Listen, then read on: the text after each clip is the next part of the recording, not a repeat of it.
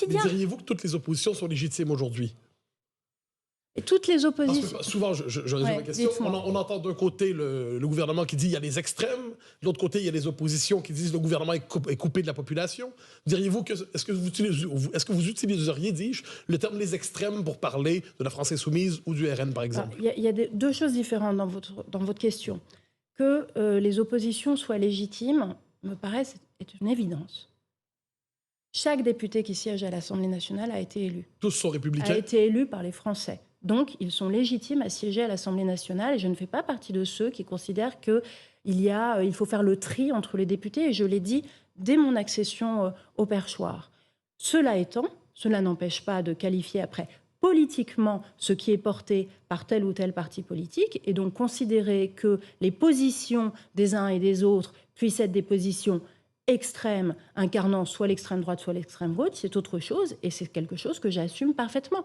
Et moi, je pense qu'effectivement, il y a dans l'hémicycle de l'Assemblée nationale certains parlementaires qui visent et dont l'objectif est d'installer le chaos et de faire en sorte que notre institution ne fonctionne pas. C'est l'objectif de certains parlementaires. Je ne dis pas que c'est l'objectif de groupes politiques dans leur ensemble, mais il y a clairement certains parlementaires, des individualités qui ne sont pas dans une logique d'exercer leur mandat d'une façon constructive pour essayer... Une accusation grave qui... Non, ça n'est pas une...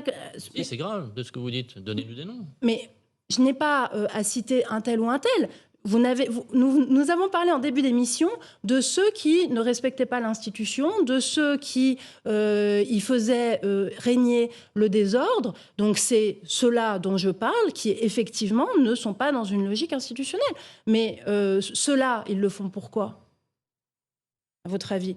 Ils le font parce que c'est un projet politique qui est de dire nous souhaitons instaurer une 6e République. Donc nous considérons que la 5e République, elle est complètement défaillante et donc nous en faisons la démonstration dans l'hémicycle et nous légitimons notre projet politique. Eh bien oui, je trouve que c'est dangereux parce que dans des périodes de tension, lorsqu'il y a un pays qui est crispé, moi je pense que nos institutions nous protègent et qu'elles protègent les droits et libertés de chacun de nos concitoyens. Donc certes, il faut les adapter et probablement les adapter profondément, mais il ne faut pas renverser la table. Je pense que ça serait grave et dangereux pour notre pays. Alors justement, on va en parler, on va marquer une courte pause. Yaël Braun-Pivet, présidente de l'Assemblée nationale. Comment réformer ? Parce que vous ne voulez pas révolutionner et en même temps justement répondre à la crise actuelle. On marque une courte pause et on se retrouve sur Europe 1 et CNews.